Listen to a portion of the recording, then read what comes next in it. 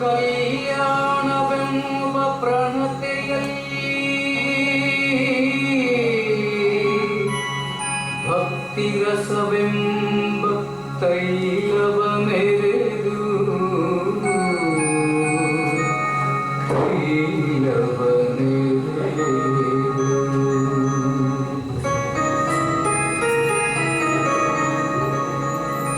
ದಯವಿಲ್ಲದ ಧರ್ಮ ಆವುದಯ್ಯ, ದಯವಿರಬೇಕು ಸಕಲ ಪ್ರಾಣಿಗಳಲ್ಲಿ.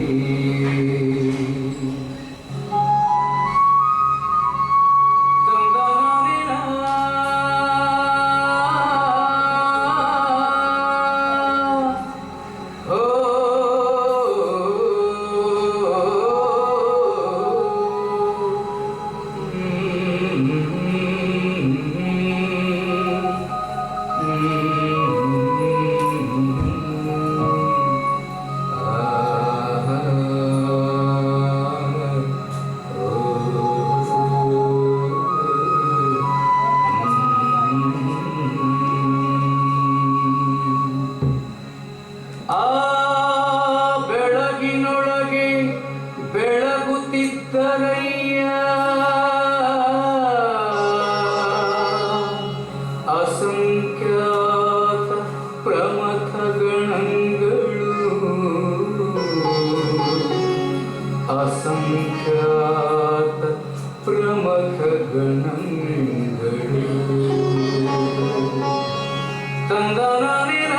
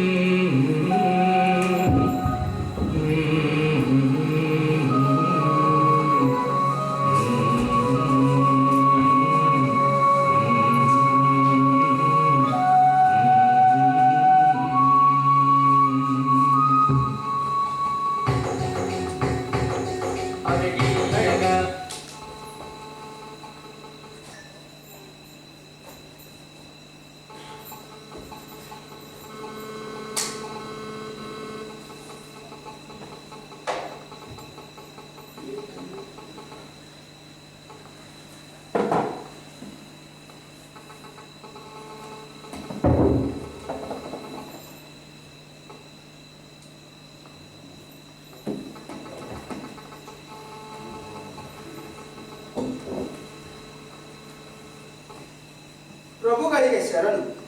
ನನಗೊಂದು ಸಂದೇಹ ಕಾಡುತ್ತಿದೆ. ಬಸವಣ್ಣನವರ ಮಾರ್ಗದರ್ಶನದಲ್ಲಿ ನಾವು ನಡೆಯುತ್ತಿರುವುದರಿಂದ ಕಾಯಕವೇ ಕೈಲಾಸ ಎಂಬ ಸತ್ಯದ ಅರಿವಾಗಿದೆ. ಗುರು ಲಿಂಗ ಜಂಗಮಕ್ಕೆ ಕಾಯಕವೇ ಮೂಲ ಎಂಬ ಅರಿವು ಮನದಟ್ಟಾಗಿದೆ. ಕಾಯಕದಲ್ಲಿ ನಿರತರಾದವರಿಗೆ ಗುರುಲಿಂಗ ಜಂಗಮದ ಹಂಗೇಕೆ ಎಂದು ಅನಿಸುತ್ತಿದೆ. ಮಾರಯ್ಯನವರೇ, ಈ ಪ್ರಶ್ನೆಗೆ ಬಸವಣ್ಣನವರೇ ಉತ್ತರ ಹೇಳಬಹುದೆಂದು ಅನಿಸುತ್ತಿದೆ. ಚನ್ನಬಸವಣ್ಣನವರು ಉತ್ಸುಕರಾಗಿದ್ದಾರೆ. ಶರಣರೆಲ್ಲ ತುಂಬಾ ಕುತೂಹಲದಿಂದ ನಿಮ್ಮ ಪ್ರಶ್ನೆಯ ಉತ್ತರ ನಿರೀಕ್ಷಿಸುತ್ತಿದ್ದಾರೆ ಎಂಬುದಕ್ಕೆ ಅವರ ಕಣ್ಣುಗಳೇ ಸಾಕ್ಷಿಯಾಗಿವೆ. ಆದರೂ ಕಾಯಕ ಅಂದರೆ ಏನು ಮಾರಯ್ಯನವರೇ? ಉಪಜೀವನಕ್ಕಾಗಿ ಕೈಗೊಂಡ ದುಡಿಮೆಯೇ ಕಾಯಕವಲ್ಲವೇ ಪ್ರಭು? ಓಹೋ, ಹಾಗಾದರೆ ಒಬ್ಬನು ತನ್ನ ಹೊಟ್ಟೆಪಾಡಿಗಾಗಿ ಕಳ್ಳತನವನ್ನು ಮಾಡುತ್ತಾನೆ, ಅದು ಅವನ ಕಾಯಕ ಎನ್ನಬಹುದೇ? ಒಬ್ಬರಿಗೆ ನೋವುಂಟು ಮಾಡುವ ಮತ್ತು ಹಿಂಸೆಗೆ ಒಳಪಡಿಸುವ ಕೆಲಸಗಳು ಕಾಯಕ ಆಗಲಾರವು ಪ್ರಭು. ಹಾ ಸರಿ, ಅಂದರೆ ಅನ್ಯಾಯ ಮತ್ತು ಅಪಮಾರ್ಗದ ಕೆಲಸಗಳು ಕಾಯಕವಾಗಲಾರವು ಎಂದಾಯ್ತಲ್ಲವೇ? ಹಾಗಾದರೆ ಪರಪೀಡನೆಯಾಗದಂತೆ ನಮ್ಮ ಜೀವನವನ್ನು ನಿರ್ವಹಿಸಲು ಅವಲಂಬಿಸಿರುವ ವೃತ್ತಿಗೆ ಕಾಯಕ ಎಂದು ಕರೆಯಬಹುದೇ? ಹಾಗೆಂದು ನನಗೂ ತೋರುತ್ತದೆ ಪ್ರಭು. ಇಲ್ಲೇ ನೀವು ತಪ್ಪುತ್ತಿರುವುದು ಮಾರಯ್ಯನವರೇ. ಉದ್ಯೋಗಗಳಿಂದ ಬಂದದ್ದನ್ನು ತಮ್ಮ ಉದರ ನಿರ್ವಹಣೆಗೆ ಮಾತ್ರ ಉಪಯೋಗಿಸಿದರೆ ಅದು ಕಾಯಕವಾಗುತ್ತದೆಯೇ? ಇನ್ನಷ್ಟು ಯೋಚಿಸಿ ನೋಡಿ ಇದರ ಬಗೆಗೆ. ಬಸವಣ್ಣನವರು ಇದಕ್ಕೆ ಇನ್ನೂ ಅರ್ಥಗರ್ಭಿತವಾಗಿ ಹೇಳಬಹುದು. ಆಗಬಹುದೇ ಬಸವಣ್ಣನವರೇ? ಪ್ರಭು ಗುರುದೇವರಿಗೆ ಶರಣ ಶರಣಾರ್ಥಿ. ಎಲ್ಲ ಶರಣರಿಗೂ ಶರಣ ಶರಣಾರ್ಥಿ. ಮಾಲಯ್ಯನವರೇ, ಕಾಯಕವೇ ಕೈಲಾಸ ಎಂದು ತಾವು ಹೇಳಿದ ಮಾತು ಸಮಂಜಸವಿದೆ. ನೀವೇ ಅದನ್ನು ಪರಿಪೂರ್ಣವಾಗಿ ಜಾರಿಗೆ ತರುತ್ತಿದ್ದೀರಲ್ಲ, ಅದಕ್ಕೆ ಸಾಕ್ಷಿ ಬೇರೆ ಬೇಕೆ? ಅಕ್ಕಿಯನ್ನು ಆಯ್ದು ತಂದು ಹೊಟ್ಟೆ ತುಂಬ ತಿಂದು ತೇಗಿ ಮಲಗಿಕೊಂಡರೆ ಅದು ಕಾಯಕವಲ್ಲ. ನಾವು ದುಡಿಯುವುದು ನಮಗಾಗಿ ಅಂದರೆ ಅದು ಕಾಯಕವೇ ಅಲ್ಲ. ನಮಗೆ ನಮ್ಮ ಗಳಿಕೆಯಲ್ಲಿ ಸಮಾಜದ ಜಂಗಮರ ಪಾಲು ಇದೆ ಎಂಬುದನ್ನು ಮನಗಾಣಬೇಕು. ಹಾಗೆ ಮನಗಂಡಾಗ ಮಾತ್ರ ದುಡಿದಿದ್ದು ಕಾಯಕವಾಗಿ ಪರಿವರ್ತನೆ ಆಗಬಹುದು. ಭೇಷ್! ಎಂಥ ಮಾರ್ಮಿಕ ವಿವರಣೆ ಬಸವಣ್ಣನವರದು. ಮಾರಯ್ಯನವರೇ, ತಾವು ಪ್ರಸಾದ ಪ್ರಜ್ಞೆಯಿಂದಲೇ ಅಕ್ಕಿಯನ್ನು ಆಯ್ದು ತಂದು ಗುರುಲಿಂಗ ಜಂಗಮ ಸೇವೆ ಮಾಡುವಿರಿ. ಅದು ಕಾಯಕ ಅಲ್ಲವೇ?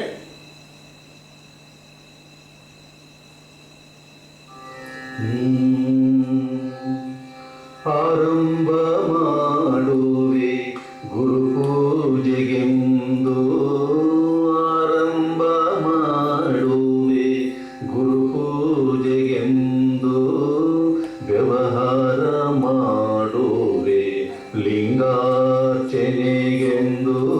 ವ್ಯವಹಾರ ಮಾಡುವೆ ಲಿಂಗಾರ್ಚನೆಗೆಂದು, ಪರಸೇವೆ ಮಾಡುವೆ ನಯ್ಯ ಜಂಗಮದ ಸೋಹಕ್ಕೆಂದು, ಆರಂಭ ಮಾಡುವೆ ಗುರು ಪೂಜೆಗೆಂದು, ವ್ಯವಹಾರ ಮಾಡುವೆ ಲಿಂಗಾರ್ಚನೆಗೆಂದು, ಪರಸೇವೆ ಮಾಡುವೆ ನಯ್ಯ ಜಂಗಮದ ಸೋಹಕ್ಕೆಂದು. ವ್ಯವಸಾಯವೇ ಆಗಲಿ, ವ್ಯವಹಾರವೇ ಆಗಲಿ, ಪರಸೇವೆಯೇ ಆಗಲಿ, ಗುರುಲಿಂಗ ಜಂಗಮದ ದಾಸೋಹ ಪ್ರಜ್ಞೆಯಿಂದ ನಾವು ಕಾಯಕ ಮಾಡಿದಾಗ ಅದು ನಮ್ಮನ್ನು ಲಿಂಗಪಥಕ್ಕೆ ಕರೆದೊಯ್ಯುತ್ತದೆ. ಲೋಕಾರ್ಪಣೆಯಿಂದ ಕ್ರಿಯಾಶೀಲವಾಗಿ ನಾವು ಬಾಳಿದಾಗ ಮಾತ್ರ ಮಾನವರು ಶರಣರಾಗುತ್ತಾರೆ. ಸಕಲ ಜೀವಿಗಳ ಲೇಸು ಬಯಸುವವನೇ ಶರಣ. ಭಲೆ ಭಲೆ ಬಸವೇಶ! ಮಾರಯ್ಯನವರ ವಚನ ಕೂಡ ಇದೇ ಅರ್ಥವನ್ನು ಧ್ವನಿಸುತ್ತದೆ ಅಲ್ಲವೇ? ಮಾರಯ್ಯನವರೇ, ನಿನ್ನಿನ ಚರ್ಚೆಯಲ್ಲಿ ಕಾಯಕದಲ್ಲಿ ನಿರತವಾಗುವುದಕ್ಕೆ ಸಂಬಂಧಿಸಿದಂತೆ ನೀವೊಂದು ವಚನ ಹೇಳಿದಿರಲ್ಲ, ಅದು ಈ ಸಂದರ್ಭಕ್ಕೆ ತುಂಬಾ ಹೊಂದುವಂತಿದೆ. ಮತ್ತೊಮ್ಮೆ ಹೇಳಿ ನೋಡುವ. ಆಗಲಿ ಪ್ರಭು.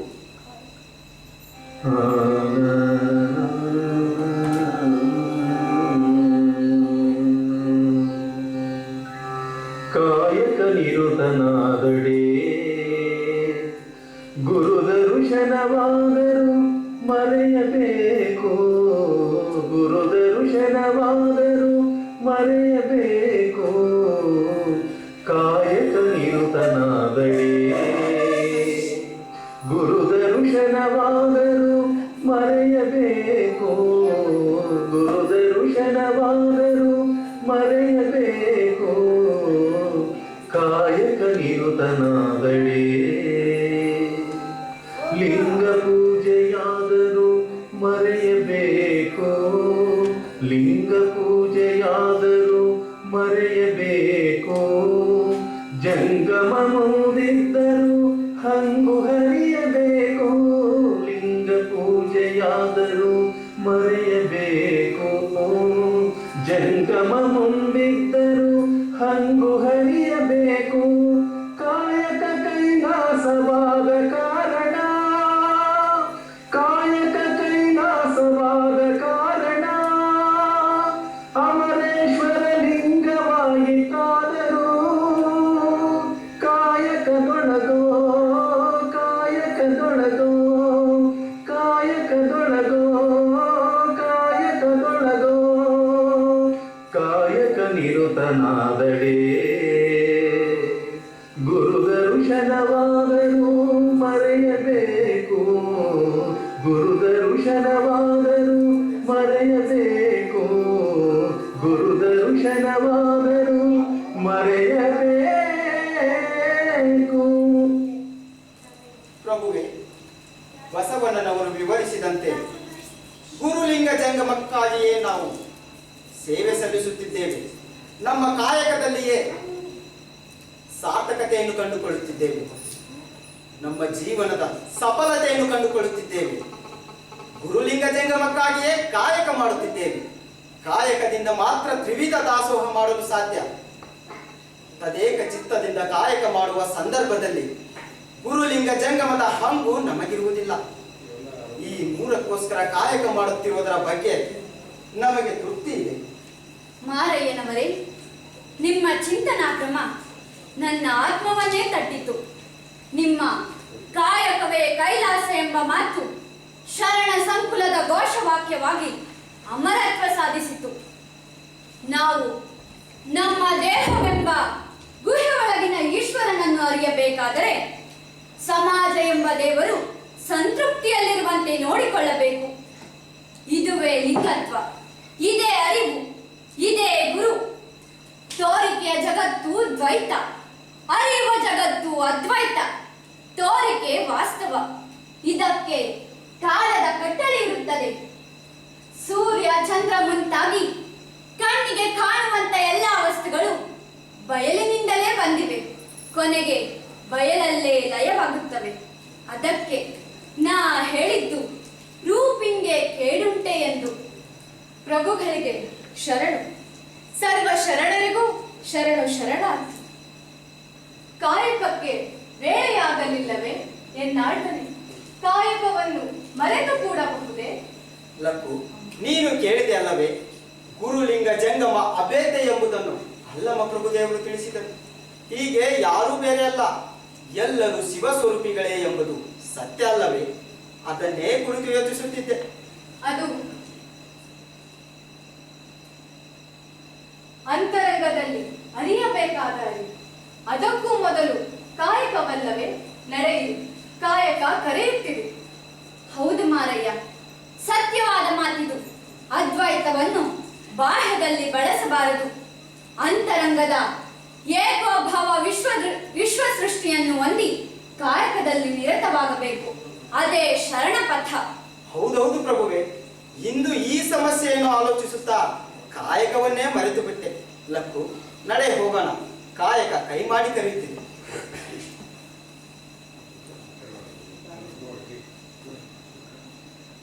ನಿಮ್ಮ ಕಾಯಕ ನಿಷ್ಠೆ ಮೆಚ್ಚತಕ್ಕದ್ದೇ. ಅನುಭವದ ಮೂಲಕ ಅನುಭವದ ರಹಸ್ಯವನ್ನು ಅರಿಯಬೇಕೆಂಬುದಕ್ಕೆ ನೀವೇ ಪ್ರಮಾಣ.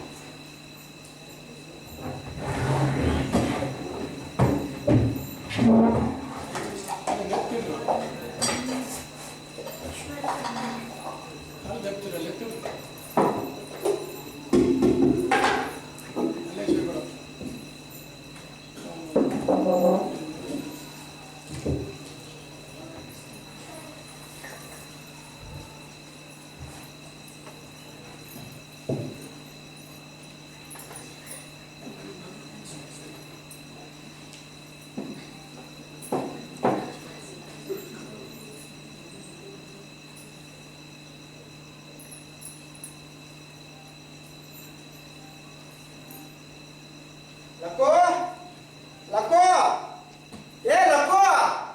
ಹಾ, ಬನ್ನಿ, ಕೌದಿ ಹೊಲಿತಾ ಇದ್ದೀನಿ.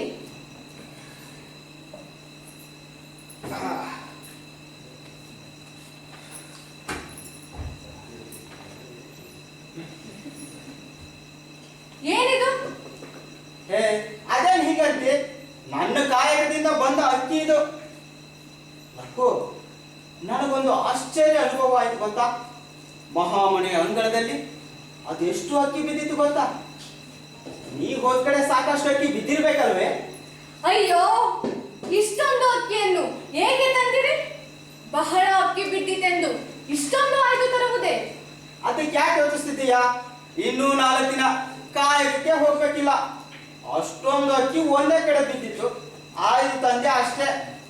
ನೋಡು, ಇನ್ನೂ 4 ದಿನ ಅನುಭವ ಮಂಟಪದಲ್ಲಿ ಏಕಚಿತ್ತದಿಂದ ಕುಳಿತು ಬಸವಾದಿ ಶರಣರ ಚರ್ಚೆಗಳನ್ನು, ಅನುಭವ ಮಂಟಪದ ಶೂನ್ಯ ಸಿಂಹಾಧೀಶ ಅಲ್ಲಮ ಪ್ರಭುದೇವರ ನಿರ್ಣಯಗಳನ್ನು ಆಲಿಸಬಹುದಲ್ಲವೇ? ಅಯ್ಯೋ, ಏನಾಗಿದೆ ರೀ ನಿಮಗೆ? ಎಲ್ಲಿ ಹೋಯಿತು ನಿಮ್ಮ ಮತಿ? ಒಮ್ಮನವ ಮೀರಿ ಇಮ್ಮನದಲ್ಲಿ ತಂದಿರಿ, ಒಮ್ಮನವ ಮೀರಿ ಇಮ್ಮನದಲ್ಲಿ ತಂದಿರಿ, ಇದು ನಿಮ್ಮ ಮನವು ಬಸವಣ್ಣನ ಅನುಮಾನದ ಚಿತ್ತವೋ. ಒಮ್ಮನವ ಮೀರಿ ಇಮ್ಮನದಲ್ಲಿ ತಂದಿರಿ, ಇದು ನಿಮ್ಮ ಮನವು ಬಸವಣ್ಣನ ಅನುಮಾನದ ಚಿತ್ತವೋ. ಈ ಮಾತು ಮಾರಯ್ಯ ಪ್ರಿಯ ಅಮರೇಶ್ವರ ಲಿಂಗಕ್ಕೆ ಸಲ್ಲದ ಬೋನ. ಈ ಮಾತು ಮಾರಯ್ಯ ಪ್ರಿಯ ಅಮರೇಶ್ವರ ಲಿಂಗಕ್ಕೆ ಸಲ್ಲದ ಬೋನ. ಅಲ್ಲಿಯೇ ಸುರಿದು ಬನ್ನಿ ಮಾರಯ್ಯ, ಅಲ್ಲಿಯೇ ಸುರಿದು ಬನ್ನಿ ಮಾರಯ್ಯ, ಅಲ್ಲಿಯೇ ಸುರಿದು ಬನ್ನಿ ಮಾರಯ್ಯ. ಬಸವಣ್ಣನವರು ಏನು ಹೇಳಿದ್ದಾರೆ ಎಂಬುದರ ಕಡೆ ಗಮನವಿದೆ. ಹೊನ್ನಿನೊಳಗೊಂದೊರೆಯ ಸೀರೆಯೊಳಗೊಂದೆಳೆಯ ಅನ್ನದೊಳಗೊಂದ ಗುಳ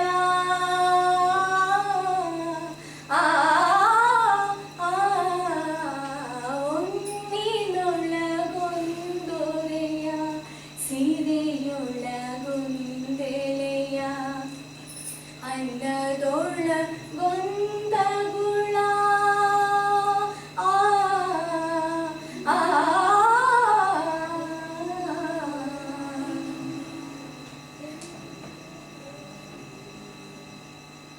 ಬಸವಣ್ಣನವರು ಏನು ಹೇಳಿದ್ದಾರೆಂಬುದು ತಿಳಿಯುತ್ತಲ್ಲವೇ?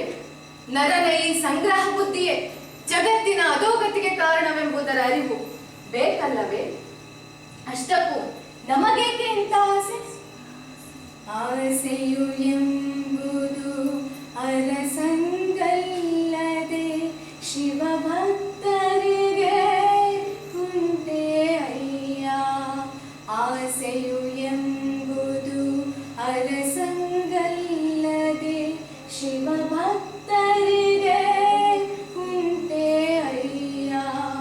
ರೋಷವೆಂಬುದು ಯಮದೂತರಿಗಲ್ಲದೆ, ರೋಷವೆಂಬುದು ಯಮದೂತರಿಗಲ್ಲದೆ ಅಜಾತರಿಗೆ ಉಂಟೆ ಅಯ್ಯ, ಅಜಾತರಿಗೆ ಉಂಟೆ ಅಯ್ಯ.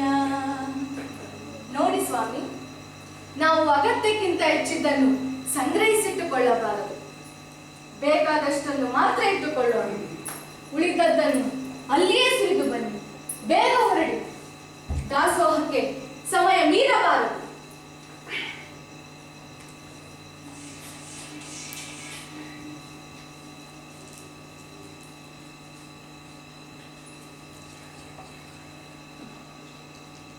ಈ ಸಖಿಯಾಸೆ ನಿಮಗೇಕೆ, ಈ ಸಖಿಯಾಸೆ ನಿಮಗೇಕೆ, ಈಶ್ವರನೊಬ್ಬ ಮಾರಯ್ಯ ಪ್ರಿಯ, ಈಶ್ವರನೊಬ್ಬ ಮಾರಯ್ಯ ಪ್ರಿಯ, ಅಮರೇಶ್ವರ ಲಿಂಗಕ್ಕೆ ಸಲ್ಲದು, ಅಮರೇಶ್ವರ ಲಿಂಗಕ್ಕೆ ಸಲ್ಲದು. ನಾವೇನಾದರೂ ಅಗತ್ಯಕ್ಕಿಂತ ಹೆಚ್ಚಿದ್ದನ್ನು ಸಂಗ್ರಹಿಸಿಟ್ಟುಕೊಂಡರೆ ಶರಣರ ದೃಷ್ಟಿಯಲ್ಲಿ ಅದು ಅಪರಾಧವಾಗುತ್ತದೆ. ಸಂಪತ್ತಿನ ಸಂಗ್ರಹವು ಎಲ್ಲ ಅಪರಾಧಗಳ ಮೂಲ. ಅದು ಒಮ್ಮನವನ್ನು ಅಲ್ಲಗಳೆದು ಇಮ್ಮನವನ್ನಾಗಿಸುತ್ತದೆ. ಮನಸ್ಸನ್ನು ಸದಾ ದ್ವಂದ್ವದಲ್ಲಿ ಇಡುತ್ತದೆ. ವಸ್ತು ಮೋಹ ಎಂಬುದು ಅರಸರ ಧನವಂತರ ಮನಸ್ಥಿತಿ. ಶರಣರದು ಅದಕ್ಕೆ ವಿರುದ್ಧ ಅಕ್ಕ ಕಾಳವ ಹೇಳಿಲ್ಲವೇ? ಆಸೆ ಎಂಬುದು ಭವದ ಬೀಜ, ನಿರಾಸೆ ಎಂಬುದು ನಿತ್ಯ ಮುಕ್ತಿ ಎಂದು. ಹೀಗೆ ನಡೆದ ಶರಣರು ಬದುಕಿದ್ದಾಗಲೇ ಅಚ್ಚ ಲಿಂಗೈಕ್ಯರಾಗಿ ಮುಕ್ತಿಯನ್ನು ಹೊಂದುತ್ತಾರೆ.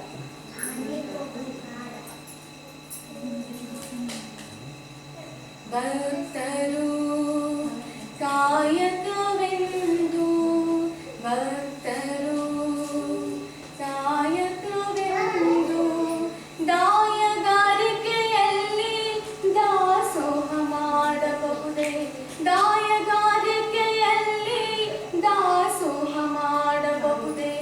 ಒಮ್ಮನವ ತಂದು ಒಮ್ಮನದಲ್ಲಿಯೇ ಮಾಡಿ, ಒಮ್ಮನವ ತಂದು ಒಮ್ಮನದಲ್ಲಿಯೇ ಮಾಡಿ, ಇಮ್ಮನವಾಗದ ಮುನ್ನವೇ ಮಾರಯ್ಯ ಪ್ರಿಯ ಅಮರೇಶ್ವರ ಲಿಂಗಕ್ಕೆ ಸಲ್ಲಬೇಕು, ಅಮರೇಶ್ವರ ಲಿಂಗಕ್ಕೆ ಸಲ್ಲಬೇಕು.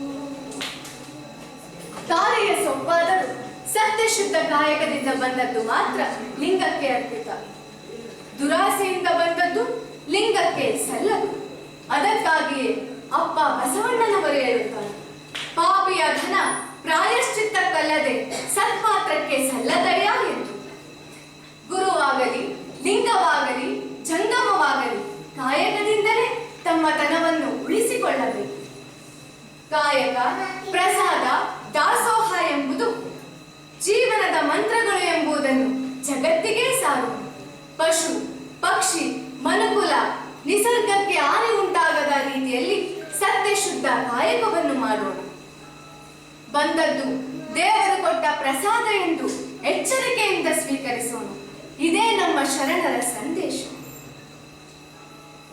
ಓಂ ಶರಣಾದಿ ಬಸವಲಿಂಗಾಯ ನಮಃ. ಓಂ ಶರಣಾದಿ ಬಸವಲಿಂಗಾಯ ನಮಃ. ಓಂ ಶರಣಾದಿ ಬಸವಲಿಂಗಾಯ ನಮಃ. ಓಂ ಶರಣಾದಿ ಬಸವಲಿಂಗಾಯ ನಮಃ.